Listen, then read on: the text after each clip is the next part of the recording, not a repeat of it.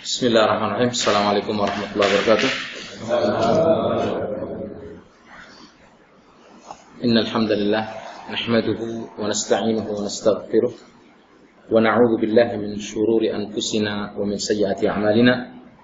Man yahdihillahu fala mudilla lahu wa man yudlil fala hadiya lahu. Asyhadu an la ilaha illallah wahdahu la syarika lahu wa asyhadu anna Muhammadan 'abduhu wa rasuluhu, amma ba'd. فإن أصدق الحديث كتاب الله وخير الهدي هدي محمد صلى الله عليه وسلم وشر الأمور محدثاتها وكل محدثة بدعة وكل بدعة ضلالة وكل ضلالة في النار. Segala puji kita panjatkan hanya kepada Allah Tabaraka wa Ta'ala, pujian yang paling sempurna dan rasa syukur yang selalu kita realisasikan dengan memperbanyak dan menambah ketaatan amal saleh kita. Salawat dan salam yang semoga selalu tercurah kepada junjungan kita Nabi besar Muhammad sallallahu alaihi wasallam, juga kepada keluarganya, para sahabatnya yang mulia, dan orang-orang yang selalu konsisten mengikuti jejaknya sampai datangnya hari pembalasan. Ikhwani fid din, a'azzakumullah jami'an. Saudaraku sekalian yang dimuliakan oleh Allah Tabaraka wa Ta'ala, melanjutkan kajian kita dalam pembahasan fikih bab thaharah, dan pada kesempatan pertemuan malam hari ini kita telah sampai kepada pembahasan cara membersihkan najis. Pada pertemuan satu pekan yang lalu kita sudah sama-sama membahas tentang macam-macam perkara yang najis, yang dianggap najis di dalam syariat Islam. Dan sekarang kita masuk kepada pembahasan tentang cara membersihkan najis itu sendiri. Kita sudah masuk 2 poin, dan tidak ada salahnya sedikit kita ulang untuk merefresh kembali, sedikit mengingat. Kemudian kita melanjutkan poin-poin dari cara-cara membersihkan najis. Di antaranya yang pertama adalah cara membersihkan najis apabila ada di lantai atau lantai itu terkena najis. Maka seperti sudah dijelaskan pada pertemuan minggu yang lalu, jika ada najis kita temukan di permukaan lantai, maka kita lihat apabila lantai tersebut sebenarnya tidak kita sebut dengan lantai, atau istilahnya permukaan itu masih bersifat tanah yang menyerap air, maka seperti dijelaskan dalam hadis Nabi Muhammad SAW yang menceritakan tentang orang Arab Badui yang kencing di salah satu sudut masjid Nabi ketika itu, maka Rasulullah SAW memerintahkan dan mengatakan kepada para sahabatnya, da'uhu, biarkan orang tersebut menyelesaikan hajatnya, wahariqu ala baulihi sajlan, dan tuangkanlah atau guyurlah di atas najis tadi, atau buang air kecilnya tadi 1 gayung atau 1 ember air. Tujuannya apa? Karena tanah itu menyerap air, dan air yang suci ketika diguyurkan di atas, ya kan, bekas dari najis tadi akan menekan dan menyerap sehingga membersihkan najis tersebut, dan sudah dianggap tanah tersebut menjadi suci. Namun apabila dalam bentuk seperti yang kita lihat sekarang ini, kayak keramik, ya kan, atau kita menyebutnya tehel, itu kan nggak menyerap air, maka kita lihat apabila masih dalam bentuk cairan, ya jelasnya kita ambil kain yang bisa menyerap air atau tisu untuk membersihkan, seperti itu. Kemudian kita timpali dengan kain yang basah, yang kita basahi dengan air yang suci dan bersih, kemudian kita lap. Itu sudah cukup. Kalau misalnya najisnya sudah kering, ya kan, maka sebenarnya kenajisannya itu sudah hilang. Walaupun tetap kalau masih ada bekasnya kan kita risih, tetap harus kita bersihkan. Tapi sebenarnya secara status apabila sudah kering, maka kenajisannya itu sudah dianggap hilang. Seperti dijelaskan dalam hadits Abu Qilabah, Rasulullah sallallahu alaihi wasallam bersabda, "Idza jaffatil ardu faqad zakat," ai tahurat. Apabila tanah itu telah kering, maka dia telah suci. Zakat artinya apa? Telah suci atau tahurat. Kemudian yang kedua, cara membersihkan najis adalah air yang tercampur dengan najis. Air yang tercampur dengan najis ini kalau dengan cara tradisional, airnya kita tambah debitnya. Sehingga seperti penjelasan yang pernah kita bahas bersama, bahwasanya air itu apabila tercampur dengan najis, air mutlak atau air yang suci dan mensucikan, air yang bersih yang masih seperti penciptaan awal mulanya, apabila tercampur dengan najis, dan pendapat yang rajih bukan dengan ukuran banyak dan sedikitnya, tapi masih tetapnya sifat air tersebut tidak berubah rasa, bau dan warnanya, ya kan? Maka untuk menghilangkan najisnya bisa kita tambah dengan memperbanyak debit air, atau sekarang cara-cara yang modern alhamdulillah sudah ada pembersih air, atau bahkan kita mungkin bisa beli seperti Dettol dan kita masukkan. Mungkin kadang-kadang tak sengaja anak kita yang kecil kencing di air bak. Kemudian apakah akan kita buang semua air dalam bak? Itu kan mubazir. Sedangkan air itu masih tetap dengan sifatnya dan tidak berubah warna, bau atau rasanya.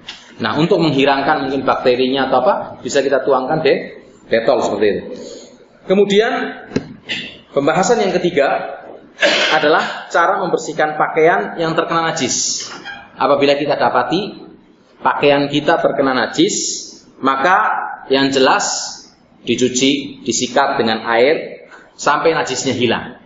Tapi di sini apabila najisnya jelas, ya kan, dan tidak tersebar di pakaian kita, masih memungkinkan, ya kan, misalnya najisnya jelas terlihat dan pakaian baru kita pakai dan bersih, maka memungkinkan bagi kita untuk mencuci area atau daerah pakaian yang terkena najis. Itu sudah cukup, ya kan? Kita bersihkan, kita berikan air, kita kucek atau kita sikat, kemudian kita peras, maka dengan demikian najisnya sudah dianggap hilang. Walaupun mungkin bekasnya masih ada, tapi tidak dianggap. Itu sudah dianggap cukup untuk membersihkan najis. Seperti dijelaskan dalam hadis yang juga pernah kita bahas bersama dan kita baca, hadis dari Asma bintu Abi Bakar qalat. Asma bintu Abi Bakar dia berkata, ja'at imra'atun ila Nabi sallallahu alaihi wasallam. Datang seorang wanita kepada Rasulullah sallallahu alaihi wasallam, faqalat ihdana yusibu thawbaha bidam min damil haid. Kaifa tasna?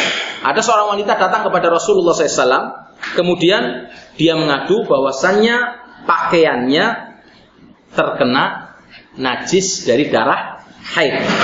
Apa yang harus dia lakukan? Maka ketika itu Rasulullah SAW bersabda, tahuttuhu thumma tuqrisuhu bil ma thumma tanza'uhu thumma tusalli fihi, muttafaqun alaih. Kata Rasulullah SAW, ya kan, bekas najisnya tadi cukup seperti dikerik kayak gini dengan tangan atau dengan kuku, ya kan. Kemudian tuqrisuhu bil ma, dikasih air, dikucek dengan air bagian yang terkena najis. Setelah itu, ya kan, tanza'uhu itu digelebatin kayak gini, atau disujud diperas, ya kan, sampai air yang tercampur dengan najis itu keluar, atau kita ulangi lagi seperti itu, thumma tusalli fihi, kata Rasulullah. Kemudian sholatlah dengan pakaian tersebut, sudah dianggap cukup. Adapun seperti dijelaskan dalam hadis lain, kalau masih ada bekasnya Rasulullah, maka tidak berpengaruh. Bekas tidak berpengaruh, karena pada hakikatnya najis tersebut sudah hilang.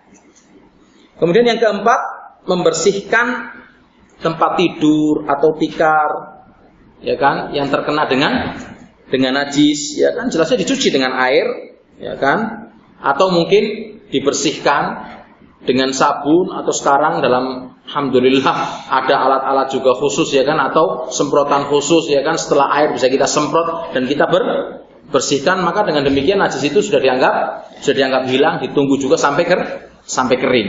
Seperti kadang-kadang ada anak-anak ngompol kan, dalam keadaan basah mungkin masih najis. Nah, ketika dalam keadaan basah tersebut langsung kita bersihkan dengan air. Atau mungkin kita basahi kain yang sudah dicampur dengan sabun, kemudian kita gosokkan di permukaannya, karena mungkin pakainya, ya kan, kasur ya gede tebel, nggak mungkin kan, akan kita cuci dan kita masukkan ke tempat pencucian. Atau kalau sudah kering itu sudah dianggap hilang najisnya. Kemudian cara membersihkan kulit bangkai. Kemarin sudah disinggung juga sama Ustaz Aan tentang masalah kulit bangkai. Nah, kulit bangkai ini ada dua. Bangkai hewan yang boleh dimakan dagingnya, dan bangkai hewan yang memang tidak boleh dimakan, tidak boleh dimanfaatkan. Nah, kulit bangkai binatang yang halal dimakan, maka dapat dibersihkan, atau cara pensuciannya adalah dengan disamak. Jadi samak itu kan membersihkan kulit dengan menggunakan beberapa media untuk menghilangkan baunya. Nah, penyamakan ini sudah dianggap sebagai pembersih. Karena kalau hewan yang halal untuk dimakan dagingnya, misalnya ketabrak, kemudian hewan tersebut mati karena ketabrak, dagingnya tidak boleh kita manfaatkan. Kenapa? Karena mati dalam keadaan bukan disembelih dengan aturan yang syar'i. Karena kita tidak boleh makan daging kecuali dengan penyembelihan aturan yang syar'i, dengan menyebutkan Bismillah Allahu Akbar. Nah, apabila ada hewan seperti hewan-hewan yang halal untuk dimakan, baik sapi, ya kan, atau kerbau atau kambing, kemudian dia mati bukan karena penyembelihan, dagingnya tidak boleh kita manfaatkan, tidak boleh kita makan, tapi kulitnya masih bisa kita manfaatkan. Artinya dagingnya kita buang atau kita pendam, tapi kulitnya bisa kita manfaatkan, dan cara pensuciannya adalah dengan disamak. Seperti Rasulullah SAW bersabda dalam sebuah hadis yang diriwayatkan oleh Muslim, "Idza dubighal ihabu faqad tahur." Idza dubighal ihabu faqad tahur. Al-ihab itu artinya adalah kulit bangkai yang belum disamak. Itu artinya ihab. Kulit bangkai yang belum disamak. Makanya Rasulullah bersabda, "Idza dubighal ihab." Apabila kulit bangkai hewan yang halal dagingnya untuk dimakan, tapi dia mati bukan dengan cara penyembelihan yang syar'i dan bisa dimanfaatkan, maka kulitnya masih bisa kita manfaatkan dengan cara disamak. Dubigha itu artinya apa? Disamak. Faqat tahur, kata Rasulullah. Maka kulit tersebut telah dianggap suci. Adapun binatang yang halal tapi dia bukan bangkai, seperti hewan yang disembelih dengan penyembelihan yang syar'i, ya kan? Maka sudah jelas kulitnya walaupun belum disamak atau belum digaremin, tetap dianggap sebagai sesuatu yang suci. Kalaupun masih basah, kita kesenggol atau apa, maka kedudukannya suci. Walaupun semua kulit akhirnya tetap harus disamak, harus digaremin. Karena apa? Itu tujuannya untuk menghilangkan baunya. Kemudian dikeringkan, ya kan? Kemudian setelah itu diproses untuk sepatu, untuk tas dan lain sebagainya.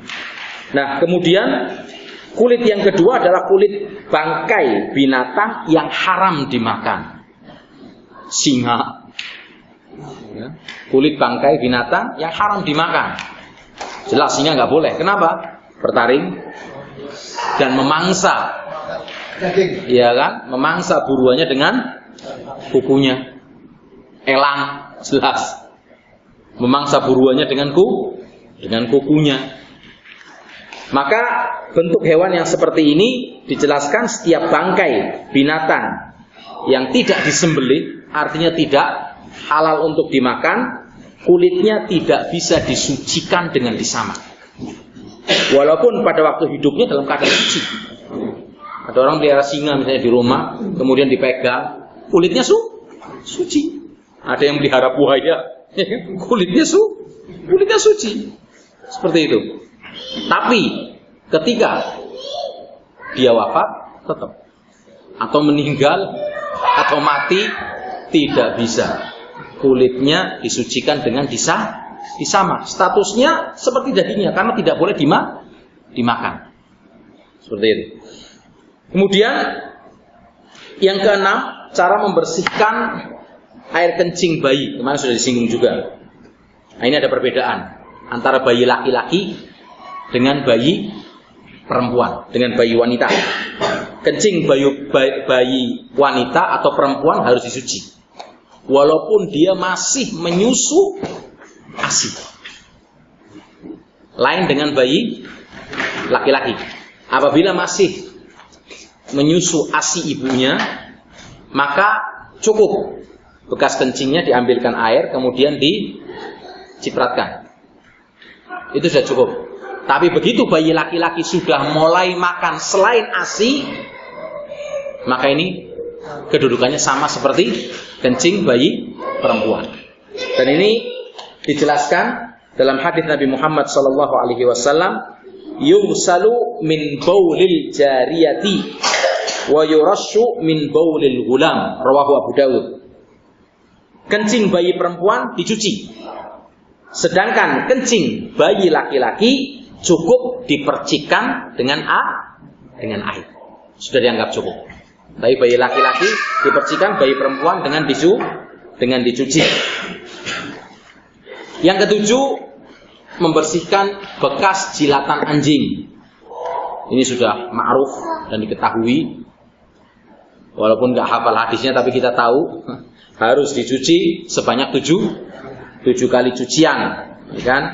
Tahur ina'i ahadikum, bersihnya bejana milik seseorang di antara kalian, idza walagal kalbu fihi, apabila dijilat oleh anjing bejana tersebut, an yughsala sab'a marrat, dicuci sebanyak 7 kali. Kenapa sih? Wallahu a'lam. Yang jelas ini perintah agama dan perintah aturan syariat. Dalam perintah ketaatan ada yang hikmahnya Allah jelaskan, dan ada yang hikmahnya Allah simpan di dalam ilmu gaibnya. Tapi kedudukan kita di sini adalah melaksanakan perintah, melaksanakan ketaatan, bukan menanyakan bagaimananya. Dan dalam permasalahan anjing ini dicuci 7 kali, ulahunna biturab, pertama kali dengan tanah, kemudian yang sisanya 6 kali diguyur dengan air. Dan yang ke-8, cara membersihkan madhi atau wadi. Ini juga banyak orang nggak tahu cara membersihkan madhi atau wadi. Cara membersihkan madhi atau wadi yang jelas diawali dengan mencuci kemaluan. Kemarin sudah kita bahas apa itu wadi, apa itu madhi. Untuk madhi dan wadi, cara membersihkan najis tersebut adalah diawali dengan mencuci kemaluan dan sekitar area kemaluan. Karena ini najis. Kalau mani suci, tapi madhi dan wadi najis. Cuma, ya kan, madhi dan wadi tidak mengharuskan kita mandi. Cukup hanya dengan membersihkan kemaluan, sudah dijelaskan dalam hadis, dan membersihkan sekitar area kemaluan dan mengganti pakaian yang terkena madhi dan wadi karena najis. Adapun kalau mani tidak najis sama sekali, sebagaimana Rasulullah SAW bersabda dalam sebuah hadis yang muttafaqun alaih, tawaddo waghsil dzakarak, berwudulah dan cucilah kemaluanmu, kata Rasulullah SAW.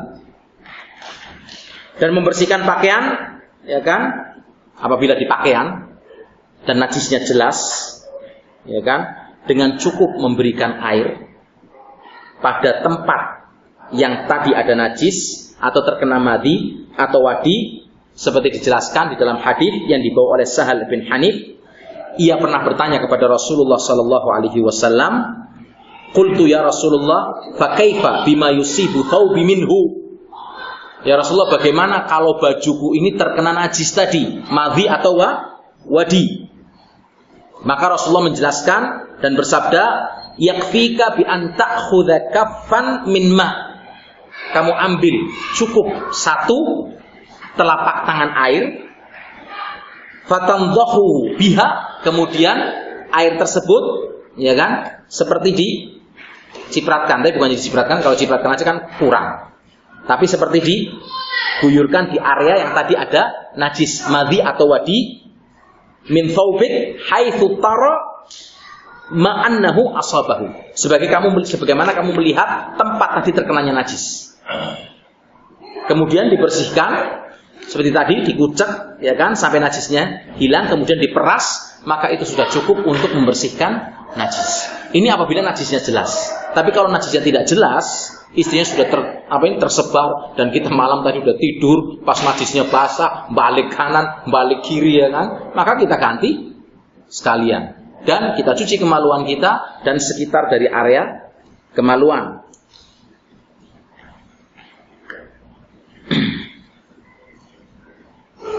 Dan yang kesembilan adalah cara membersihkan darah haid.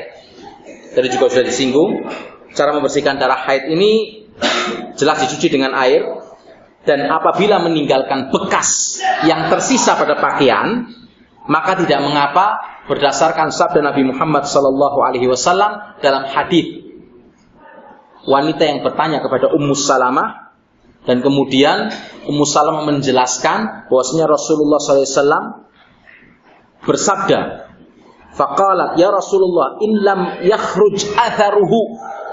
Ya Rasulullah, kata wanita ini bertanya, apabila sudah saya cuci najis tadi yang bekas haid, tapi bekasnya tidak hilang, masih ada bekasnya.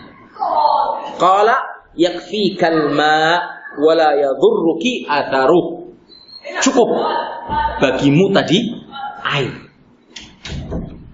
sebagai pembersih, adapun bekasnya tidak ada pengaruhnya, kata Rasulullah SAW. Tapi alhamdulillah sekarang dengan kemajuan zaman, ya kan, sudah ada alat-alat, ya kan, yang atau sarana yang bagaimana bisa menahan darah haid tersebut seperti softpack dan pembalut dan lain sebagainya.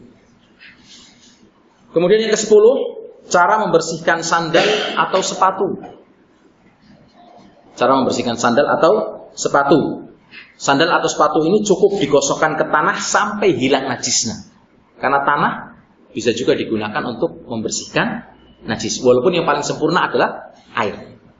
Tapi ketika kita misalnya sedang hiking dengan sepatu gunung yang cukup tinggi, ya kan, menutup kedua mata kaki kita dan sulit bagi kita untuk melepasnya, atau seperti para tentara, ya kan, yang sepatunya tinggi-tinggi, maka tidak apa-apa, mereka sholat dengan sepatu-sepatu mereka. Toh di zaman Rasulullah pun ketika itu mereka sholat dan masuk masjid dengan sepatu-sepatu mereka, dengan sandal-sandal mereka. Makanya Rasulullah SAW memperingatkan dalam sebuah hadis, apabila kamu mau masuk masjid, periksa dulu sepatunya atau sandalnya, ya kan, periksa dulu, baru setelah itu masuk ke dalam masjid. Karena ketika itu mereka sholat dengan sandal-sandal mereka, dan ketika itu masjid ya belum ada keramik, belum ada karpet, dan bahkan diceritakan bagaimana ketika hujan Rasulullah SAW sholat dalam keadaan kehujanan, atau dalam keadaan, ya kan, hujannya sudah berhenti tapi masih dalam bentuk tanah, dan tanahnya ya kan, berlumpur atau belok kata orang, dan bekas lumpur ada di wajah beliau sallallahu alaihi wasallam. Alhamdulillah dengan kenikmatan yang sudah kita rasakan sekarang ini, AC, karpetnya empuk, ya kan, seperti itu. Nah, tapi apabila kita ingin sholat dengan sepatu kita dan sandal kita, tidak mengapa, tapi sebelum sholat periksa dulu. Ataupun kalau kita ingin membersihkan sandal dan sepatu kita, kata Rasulullah SAW dalam sebuah hadis yang diriwayatkan Abu Daud, "Idza wuti ahadukum bina'lihil adza fa innat turaba lahu tahur." Apabila salah seorang di antara kalian menginjak najis, maka tanah yang diinjaknya dapat membersihkannya. Tanah bisa digunakan untuk membersihkannya. Mungkin kalau di Indonesia kita jarang lihat orang masuk masjid sholat pakai sepatu. Tapi kalau di sini kan kita sering lihat. Kadang tentara atau apa masuk masjid dengan sepatunya dan sholat. Mungkin kalau orang Indonesia lihat kaget kan. Kadang ada jamaah haji yang kebetulan mau pulang ke Indonesia, sambil nunggu di hotel-hotel di Jeddah, sholatnya di masjid di dekat hotel tersebut. Ada tentara yang berhenti, turun, kemudian langsung keluar dari mobilnya, masuk ke masjid dengan sepatunya. Dia keluar tanya, Mas, mau sholat? Ya kan kurang ajar banget. Masuk masjid dengan sepatunya. Walaupun kita peringatkan, kalau misalnya mau sholat dengan sepatunya tersebut, ya bukan berarti dalam keadaan ketika masih basah atau apa, kemudian langsung masuk aja, tidak. Tapi periksa dulu.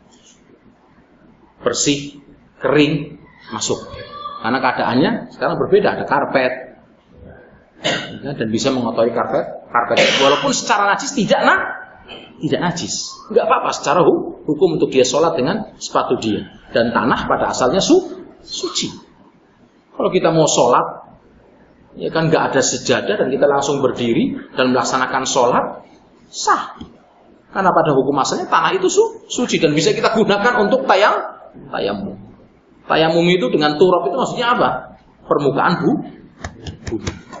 Yang cukup nanti kita akan belajar, kita tepukan kedua tangan kita, kemudian kita tiup, kita usapkan ke bagian muka dan kedua telapak tangan.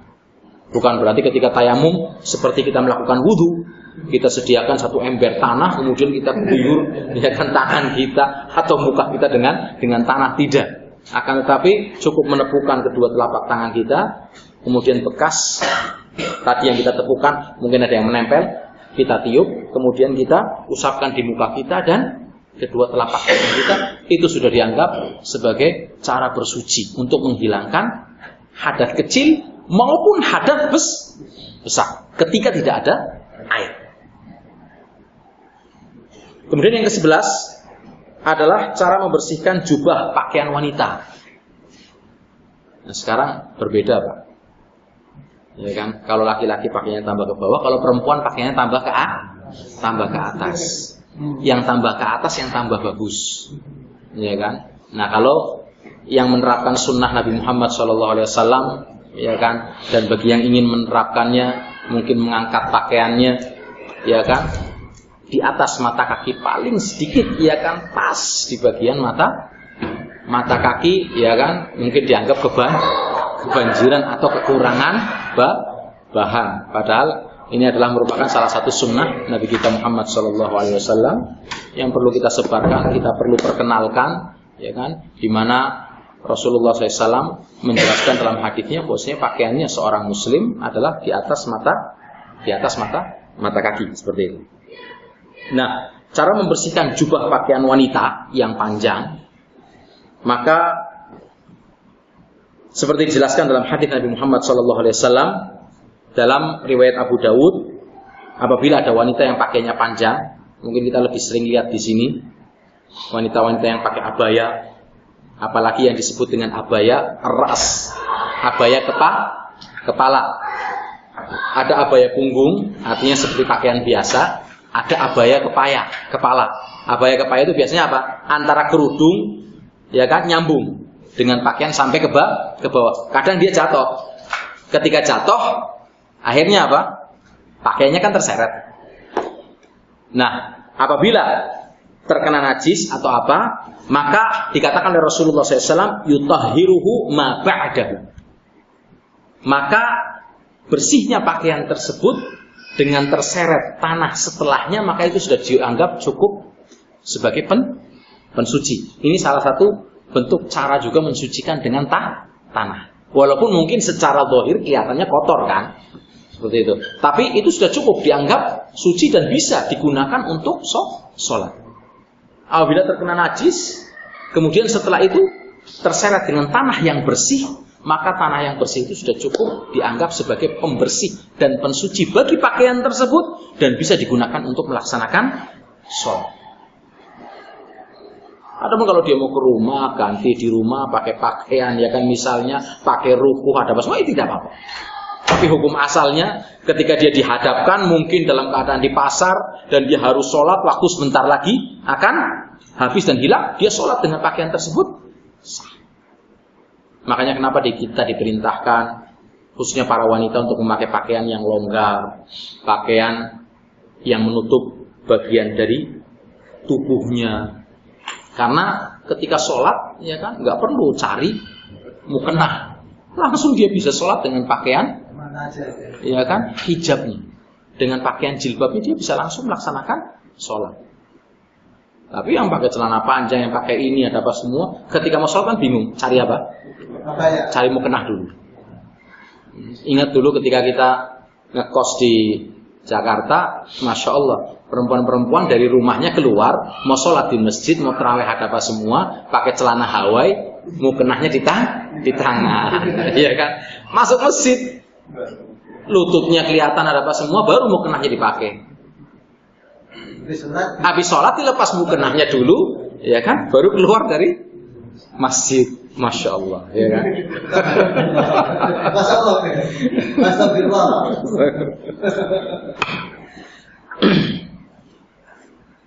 Apalagi dengan adanya fatwa-fatwa yang mengatakan bahwasanya jilbab itu tidak wajib. Alhamdulillah ada para ulama yang membantah, ya kan, dan menjelaskan, ya kan, tentang kedudukan jilbab di dalam Islam dan apa hukumnya sebenarnya. Jilbab adalah merupakan salah satu perintah. Karena kalau kita mau lihat kronologi tentang masalah jilbab, sedikit kita singgung, adalah merupakan salah satu perintah yang diturunkan di Madinah ketika itu. Sampai disebutkan, ya kan, udah nggak usah hadisnya dulu, tapi dari sejarah Islam disebutkan bahwasanya salah satu perkara yang pernah diturunkan di Madinah adalah perkara jilbab, perkara hijab.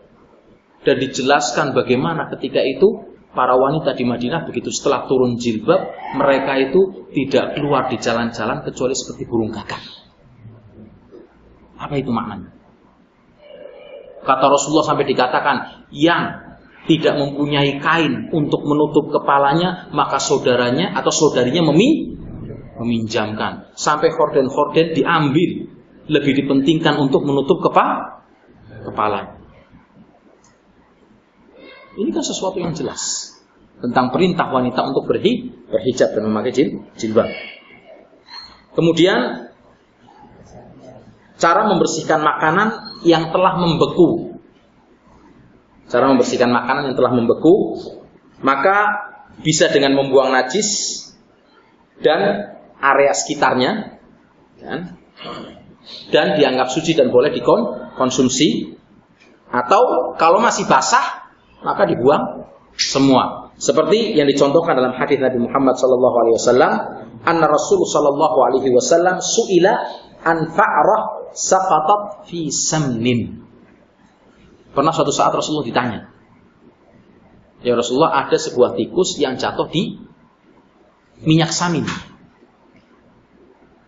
Tahu kan antum minyak samin? Banyak biasanya dijualin gitu.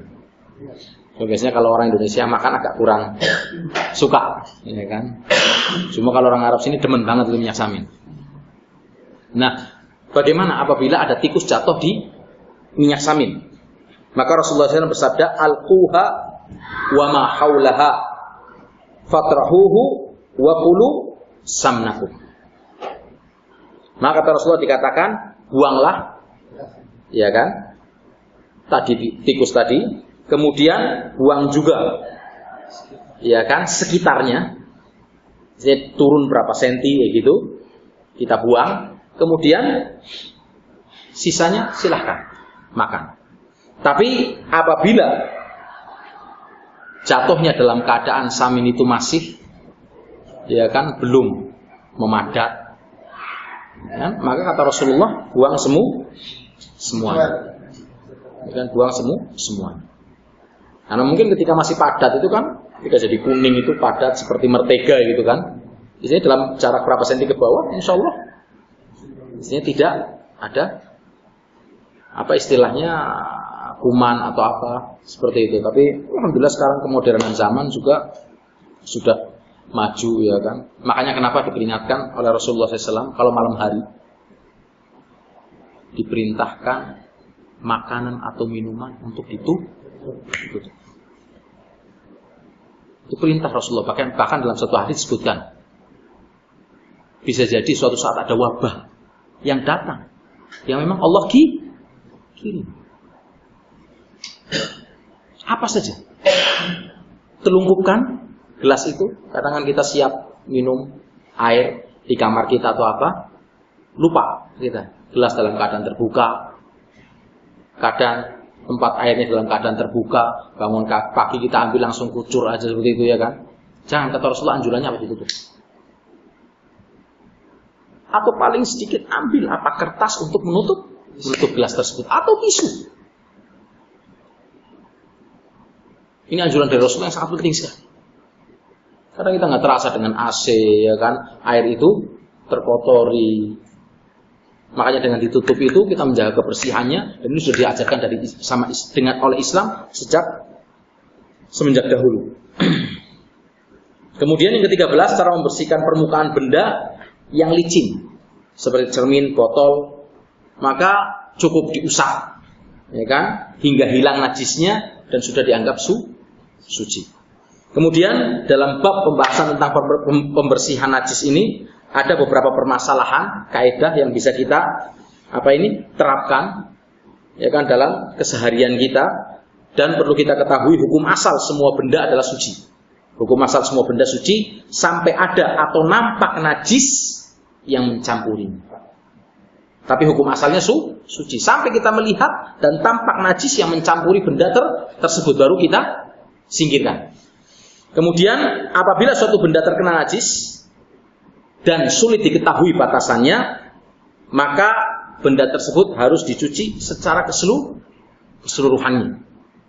Kemudian yang ketiga, jika najis berubah bentuk, ya kan, seperti kotoran binatang yang tadi tidak boleh dimakan, karena binatang yang boleh dimakan dagingnya, kotorannya suci dan tidak najis. Ini dalam pembahasan yang sudah pernah kita bahas. Adapun binatang yang dagingnya haram untuk dimakan, maka kotorannya najis. Tapi apabila najisnya tersebut sudah berubah bentuk, kotorannya sudah berubah bentuk, kering, berubah menjadi abu misalnya karena terbakar, dan maka hukumnya sudah suci. Hukumnya sudah suci. Misalnya apabila kita lewat terkena kotoran yang najis, misalnya kayak kucing, tapi sudah kering, ya kan? Sudah kering, sudah tidak baunya itu sudah nggak ada, tersenggol atau apa seperti itu, atau nggak sengaja kita dudukin, tapi memang sudah kering, maka sudah tidak najis lagi, sudah hilang. Tapi ketika masih basah itu jelas harus kita sucikan dan kita bersihkan. Kemudian pembahasan berikutnya dalam bab thaharah ini adalah tentang permasalahan al-asar. Kemarin sudah kita singgung juga. Coba nggak apa-apa sedikit kita ulangi. Al-asar itu apa? Minuman yang tersisa dalam gelas atau cangkir. Hukum asal minuman yang tersisa dalam gelas dan cangkir itu adalah suci, kecuali apabila jelas-jelas tercampur dengan najis. Hukum asalnya minuman yang tersisa dalam gelas ini adalah najis. Suci. Hukum asal, ya kan?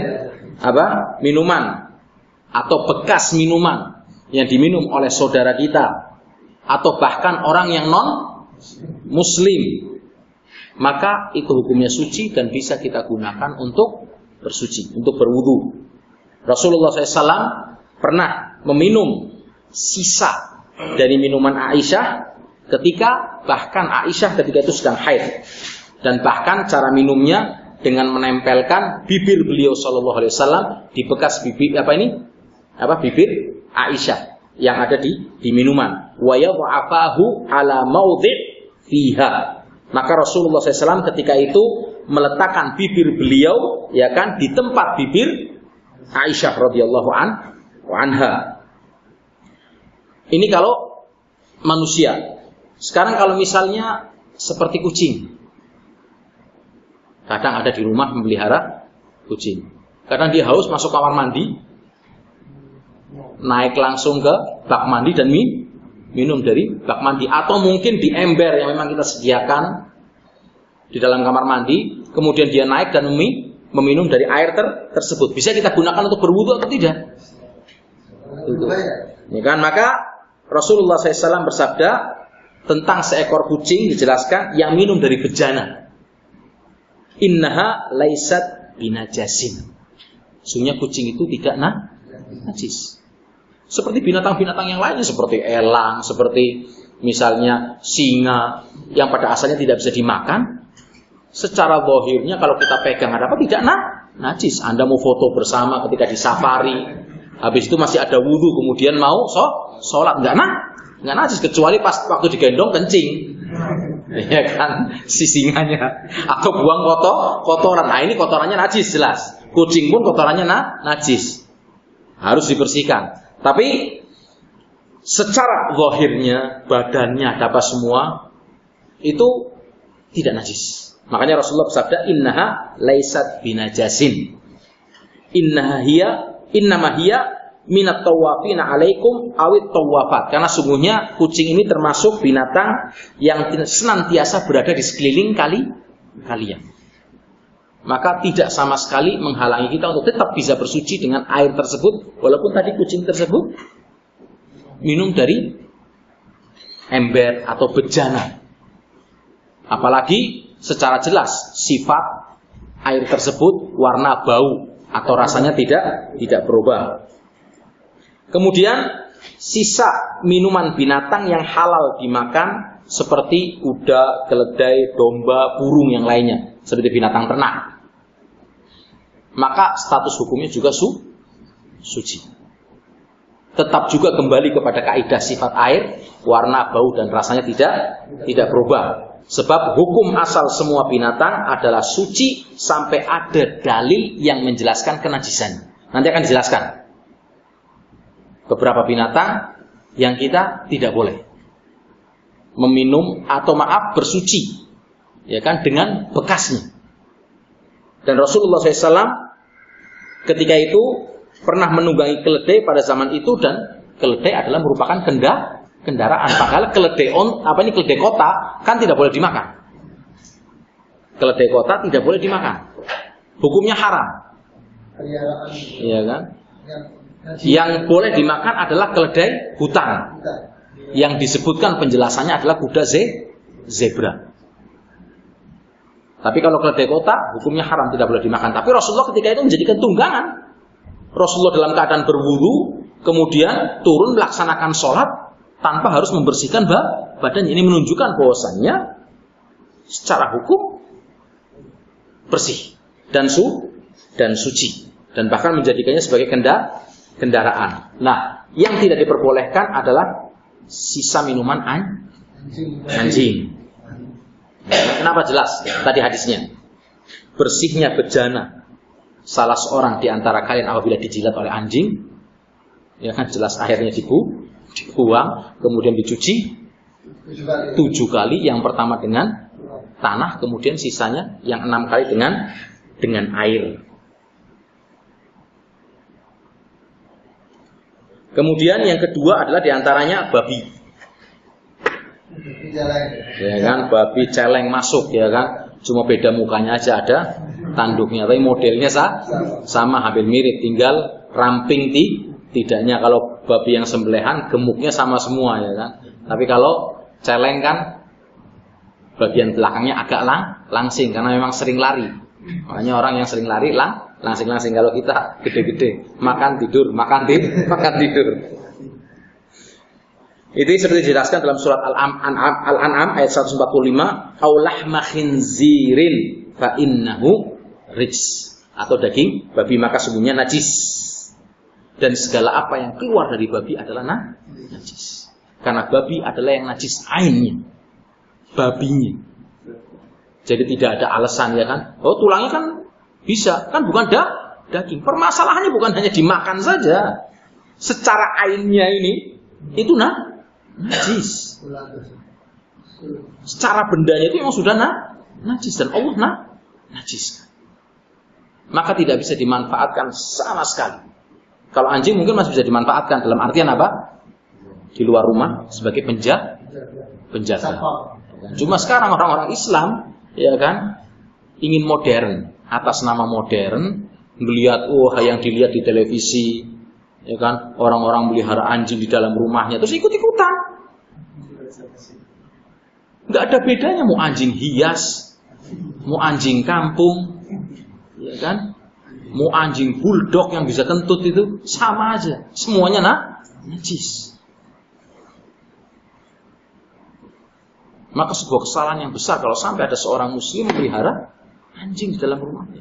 Kucing makul karena masih bersih, tapi anjing yang jelas-jelas, ya kan, liurnya ini harus dicuci sampai 7 kali. Apakah kalian sebagai seorang muslim atau kita sebagai seorang muslim gak ingat? Dan bahkan perkara ini dari kecil Pak kita tahu.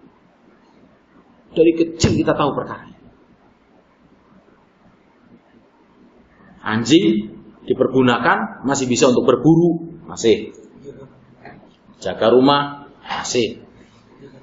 Ya kan, jaga taman dan lain sebagainya.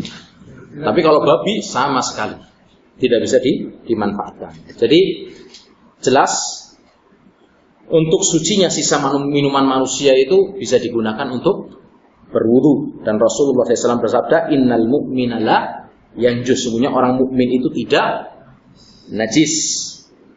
Dan seperti yang dijelaskan dalam sebuah hadis yang muttafaqun alaih, bahwasanya Rasulullah SAW tawaddu'a min mazadata musyrikah. Rasulullah pernah berwudu dari mazadah. Mazadah itu seperti tempat atau sejenis gelas yang berisi air. Kemudian ini bekasnya orang kafir dan Rasulullah gunakan untuk berwudu. Tidak apa-apa. Karena najisnya orang kafir itu bukan najis fisik, tapi maknawi. Karena kesyirikan yang ada di dalam hatinya, dalam akidah. Kan disebutkan dalam ayat pernah kita singgung innama al-musyrikuna najasun. Mungkin ada orang kafir, tuh Al-Quran menyebutkan musyrik adalah najis. Kalau dekat-dekat gua, ya kan? Kamu dekat, loh enggak. Nempel kamu juga enggak apa-apa. Yang penting jangan perempuan, sama-sama laki-laki, perempuan sama perempuan. Karena kenajisan itu ada letak dalam hati kamu yang menyekutukan Allah, yang melakukan perbuatan syirik kepada Allah. Adapun zatnya maka tidak najis. Kemudian pembahasan terakhir dalam pertemuan kita kali ini adalah tentang peralatan dapur. Peralatan dapur, ya kan? Baik bejana yang digunakan untuk penampungan air atau digunakan untuk tempat kita makan dan minum. Anjuran Islam mengatur sampai perkara-perkara yang kecil seperti ini.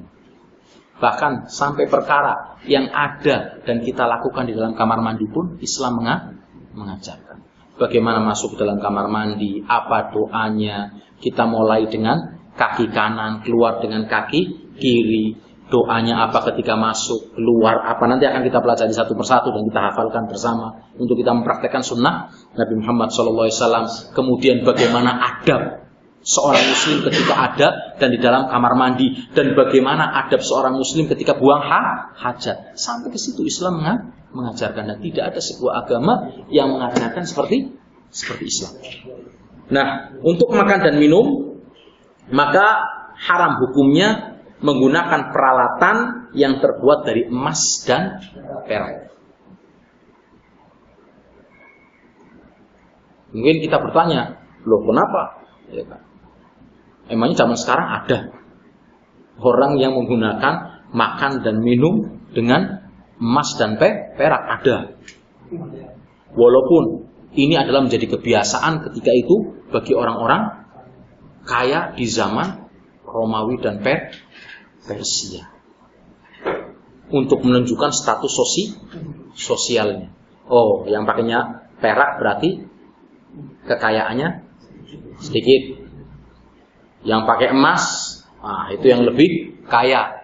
Yang pakai perunggu, itu lebih di bawah di bawah lagi. Dan kasta-kasta ini pun yang seperti ini sampai di zaman sekarang pun masih ada, Pak. Ada seorang teman yang yang bercerita, Ustadz Umar Koya namanya, dari Malabar atau Melbar atau Kerlang orang nyebutnya, satu kantor dengan saya. Dia pernah menceritakan contoh tentang bagaimana seorang masuk Islam. Yang satu, ini orang India, masuk Islam karena melihat akhlak majikannya. Karena melihat apa? Bagaimana adab dan sopan santun atasannya. Dia datang sebagai seorang supir ke sini, dijemput oleh majikannya. Begitu dijemput, ya kan, dia sudah siapkan namanya. Karena yakin tidak tahu bahasa Arab, dia sudah siapin namanya. Begitu ketemu, langsung diambil tasnya, ditaruh di troli, dia yang bawa. Si calon pegawainya ini kan risih. Oh, saya supir kok ya. Dia mau ambil enggak? Sama majikannya dipegang, biar saya yang bawa. Sampai ke mobil. Sampai ke mobilnya, dibukakan pintu, dipersilahkan duduk. Dia buka bagasi, dia masukkan. Ditaruh di samping dia. Dari situ dia udah bingung. Dan memperhatikan gerak-gerik majikannya. Sampai dibawa ke rumahnya. Ditunjukkan kamarnya. Ini kamar kamu. Distelkan AC-nya. Nanti sebentar lagi kita makan bareng. Makan bareng dipikir mau dianterin kan. Dipanggil masuk ke dalam. Makan bareng satu nampan. Tambah bingung dia. Kata si orang India ini, kamu mau makan dengan saya? Iya, emangnya kenapa? Wallahi di negara saya nggak mungkin saya makan satu nampan dengan majikan saya. Apalagi saya ini kastanya rendah dalam agama mereka. Ada kasta paling rendah dinamakan apa itu? Sudra ya. Saya ini dianggap najis. Najis secara zat. Jadi kalau majikan saya makan, ya kan nggak mungkin makan bareng sama saya. Atau kalau dia melihat saya makan dengan piringnya, udah nggak lagi dicuci dengan tanah atau setelahnya dicuci dengan 6 kali air, enggak, dibuang piringnya. Tapi kamu mau makan sama saya? Dalam selang beberapa waktu masuk Islam. Tanpa majikannya ngajak dia untuk masuk Islam. Saya mau masuk kepada agama yang mengajarkan keadilan semuanya. Tapi ada satu lagi yang bersikeras gak mau masuk Islam. Kenapa? Karena kebetulan ketemunya majikannya yang jelek. Didakwai sama Umar Koya ini, dijelaskan keindahan Islam, ini Islam kayak gini, ada apa semua. Dijawab sama dia, iya.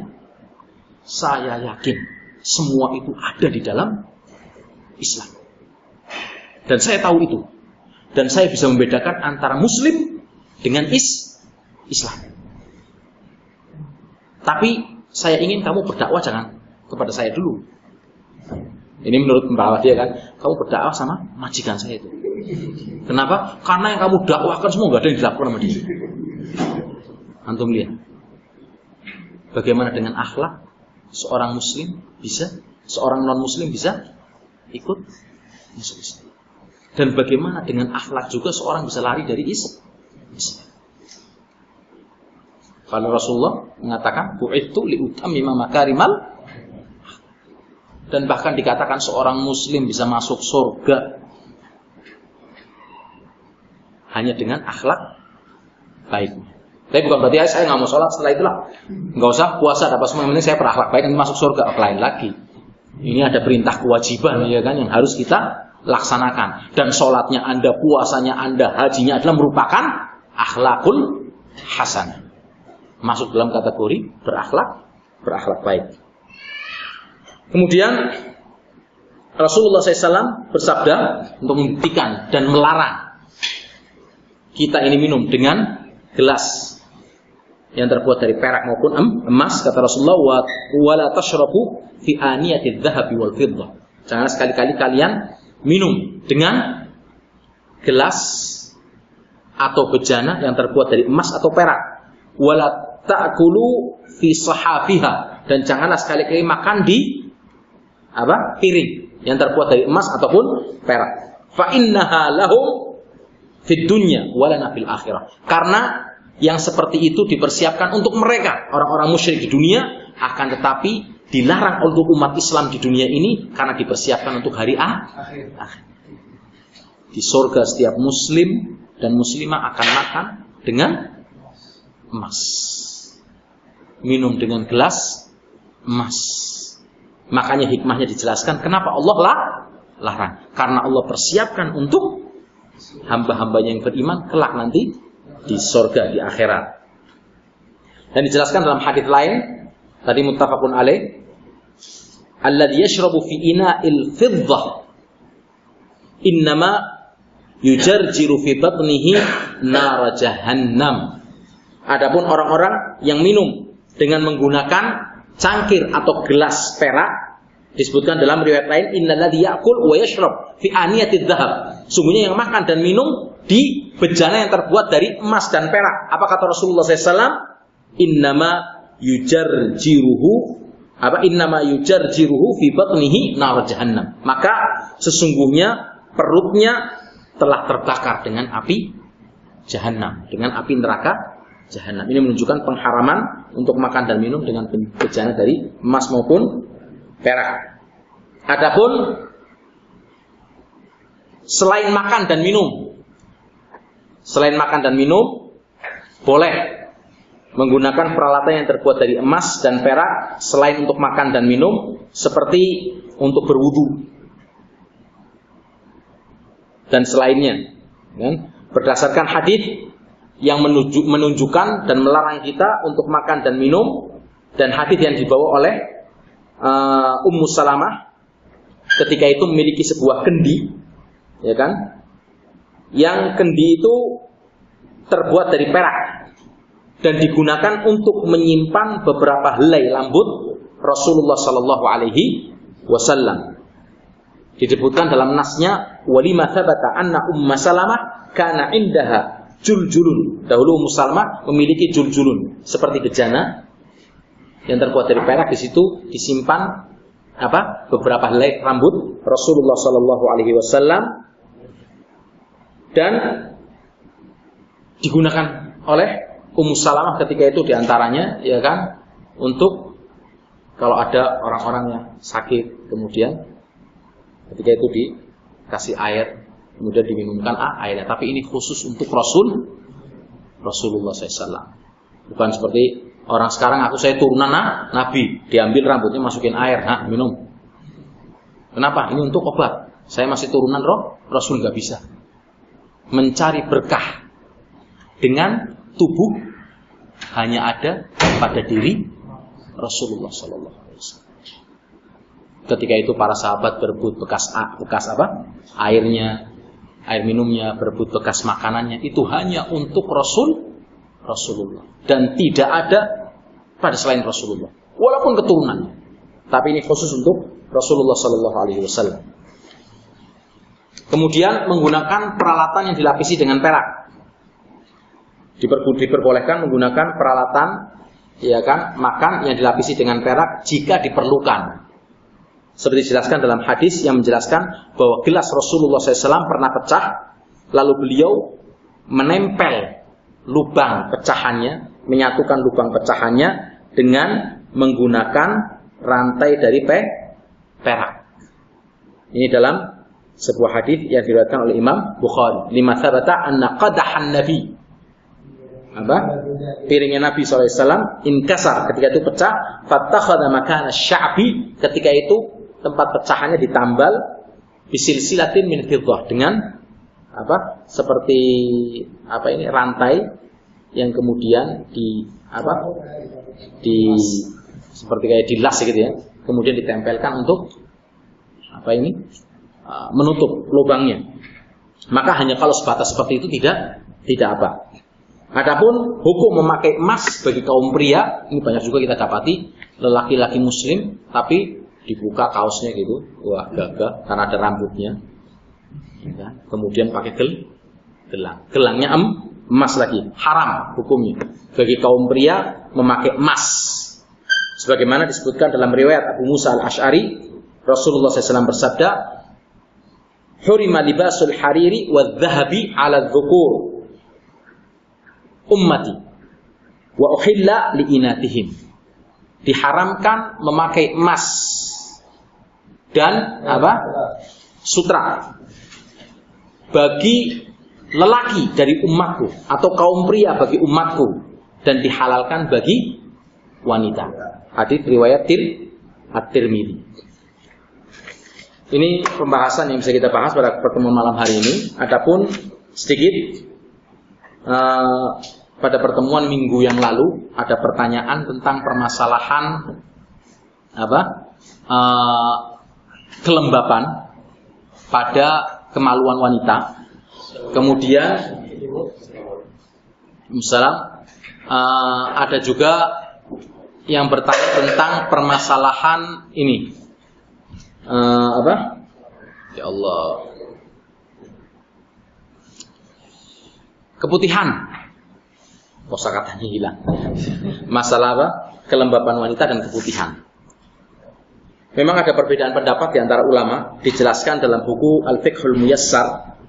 Di sini yang dikarang oleh Profesor Dr. Abdullah bin Muhammad At-Tayyar dan 2 orang dari temannya tentang permasalahan kelembapan wanita yang ada di kemaluannya, kadang sampai membekas dan basah pada pakaiannya. Maka ikhtalafal fuqaha fi rutubati farjil mar'ah. Para ahli fikih berbeda pendapat tentang permasalahan menghukumi kelembapan kemaluan wanita. Fadhhabal Malikiyah. Adapun madhab Maliki berpendapat bahwasannya rutubatul farjil mar'ati najisah. Bahwasannya kelembapan yang ada pada kemaluan wanita yang keluar, ya kan, dari tempat keluarnya anak disebutkan di situ, maka hukumnya adalah najis. Ini pendapat pertama. Dan ada juga riwayat dari madhab Hambali. Kemudian yang kedua, pendapat yang kedua, madhab Syafi'i, was-sahih fi madhabil Hanabilah, dan pendapat yang benar dalam madhab Hambali, faqalu bi taharati rutubati farjil mar'ati, bahwasanya kelembapan yang ada pada kemaluan wanita suci dan tidak najis. Dan ini pendapat yang kuat, bahwasanya kelembapan yang ada pada kemaluan perempuan adalah tidak najis. Akan tapi permasalahannya di sini hal tanqudur rutubatul wudu, apakah kelembapan ini membatalkan wudu atau tidak? Banyak kan perempuan yang banyak keluarkan kelembapan. Nah, ini membatalkan wudu atau tidak? Al-qaul bi annaha tunqidul wudu mahallu khilaf bain ahli ilm. Para ahli fikih juga berbeda pendapat. Ibnu Hazm berpendapat, ya kan, bahwasannya kelembapan pada kemaluan wanita tidak membatalkan wudu, karena kelembapan itu lain kedudukannya, bukan seperti madhi atau wadi. Dan ini kedudukannya, kata Ibnu Hazm, sama seperti keringat yang keluar dari badan atau ingus secara kotor-kotor, tapi tidak najis, seperti itu. Adapun jumhur ulama mengatakan bahwasannya kelembapan yang keluar dari kemaluan wanita membatalkan wudu, dan ini pendapat yang kuat, yang rajih. Kenapa? Karena berdasarkan hadis yang berbunyi bahwasanya segala sesuatu yang keluar dari 2 tempat maka membatalkan wudu. Dan sesuatu yang tidak najis disebutkan di sini, wala yalzam min qaul fi taharatiha adamul qaul bi naqdil wudu. Contohnya seperti kentut. Kentut tidak najis kan? Tetapi membatalkan wudu. Kentut tidak najis tapi membatalkan wudu. Jadi pendapat yang kuat di sini adalah bahwasanya kelembapan yang ada pada kemaluan wanita tidak najis, tapi apabila keluar maka membatalkan wudu ya kan? Dan dianjurkan bagi wanita untuk berwudu. Dan masalah keputihan lebih ditegaskan lagi dalam buku Jami' Ahkam Nisa yang dikarang oleh Syekh Mustafa Al-Adawi.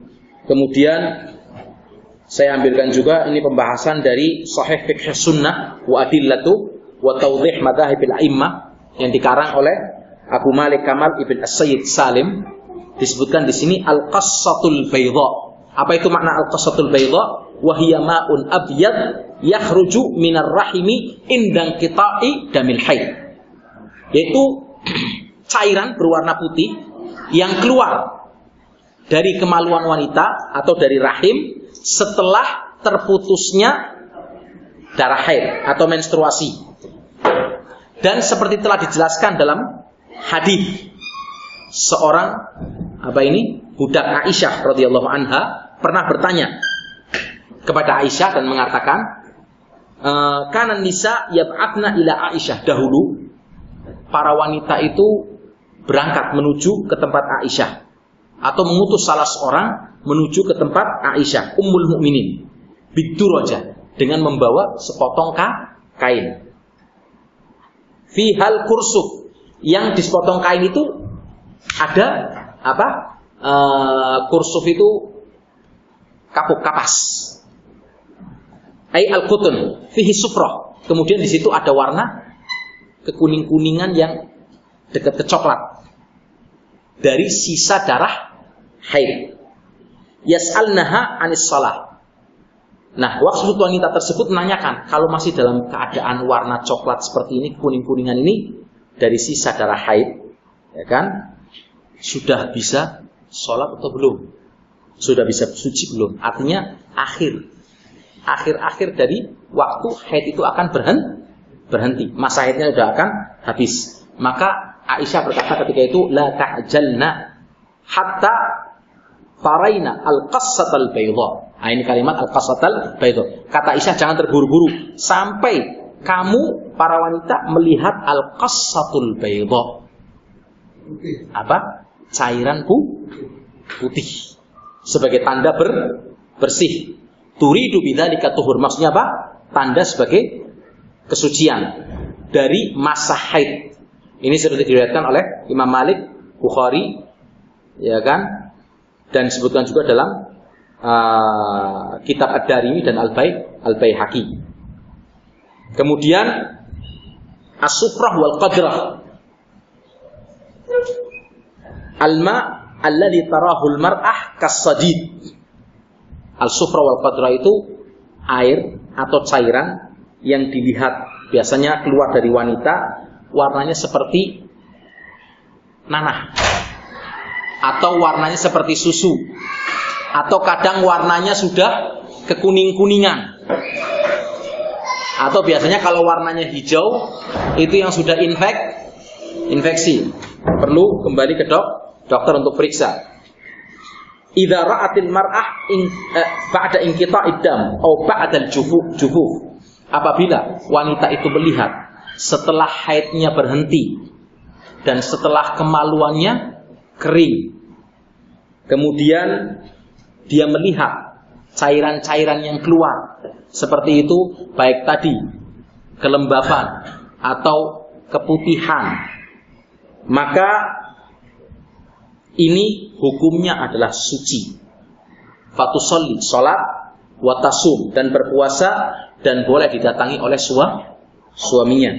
Seperti dijelaskan dalam hadis Ummu Atiyah qalat, kunna la na'uddul qudrata was-sufrata ba'da tuhri syai'an. Kami tidak menganggap al-sufrah wal qudrah, atau bisa kita terjemahkan tadi keputihan tadi, setelah suci sebagai sesuatu, artinya sesuatu yang najis. Tapi tetap ketika keluar seorang wanita harus berwudu. Wallahu a'lam. Ini apa yang bisa saya sampaikan, dan kita tutup dengan doa kafaratul majlis. Subhanakallahumma wa bihamdika asyhadu an la ilaha illa anta astaghfiruka wa atubu ilaik. Assalamualaikum warahmatullahi wabarakatuh.